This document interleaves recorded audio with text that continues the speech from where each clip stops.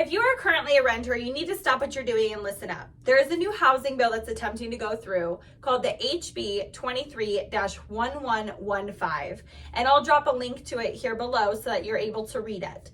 However, this bill is essentially trying to repeal the current prohibition for different counties and municipalities to enact rent control on the private residences there. Now, rent control sounds good in theory if you're a renter, that your rent can't go up more than a certain amount per year, but there's actually a lot of components to this that aren't being talked about, and they're very, very negative. So I'm going to go through those now. If you're interested, you can go ahead and listen up. If you just want to read it for yourself, follow the link below. But either way, here we go.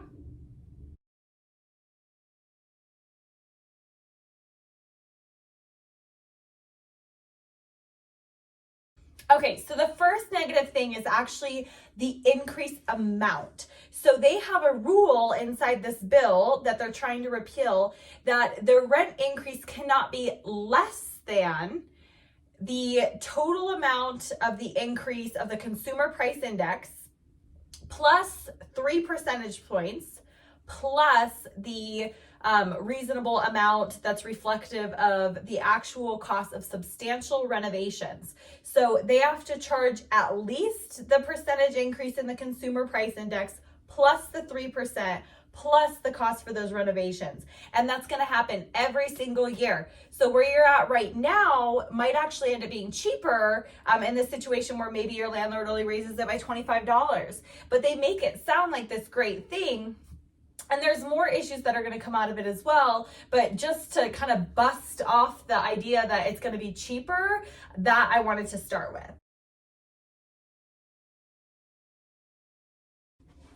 Another issue that we're going to have with this is that the rental turnover actually goes down. So if someone can predict how much their rent is going to be going up, and it's not going to be that random, oh, it's $200 a month that we get sometimes that forces us to move, they're more likely to stay put. And this was actually studied by Stanford in San Francisco.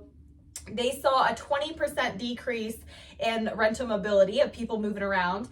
And because of that, and the caps that they can raise the rents and such that hurts the landlords, they actually saw that the rental housing stock, so the amount of houses for rent, decreased by 15%. And it's because the landlords, they, instead of renting out their buildings and such, they were converting those units into condos and then selling the condos with like a normal real estate transaction. Or to redevelop the buildings into something else. And so there's less people moving, and then there's less rentals even available for people to move into, which just creates a bad situation altogether. Within that study for Stanford, they also found that with less people being incentivized to move because of things like the rate increases or changes, they are staying put. And so developers are developing less. There's less of an incentive to build a nice new shiny building when people aren't moving as frequently, especially when it comes to areas that are underdeveloped. And so the likelihood of getting like upgraded finishes and features and things like that, even within your own unit, because the vacancy rate is so low, they're less likely to do that to attract new customers. So it's going to hurt us overall quality wise as well. Another negative thing that we're seeing with the rent controls in the counties where it is present is the fact that bad tenants will stay longer. Often within these bills, there are small provisions that make it harder to evict tenants. And so because they can't get them out, which is problematic, they're going to stay in those buildings, which puts all of the good renters at risk and in harm's way, especially if those bad renters are doing things that are affecting them safety-wise.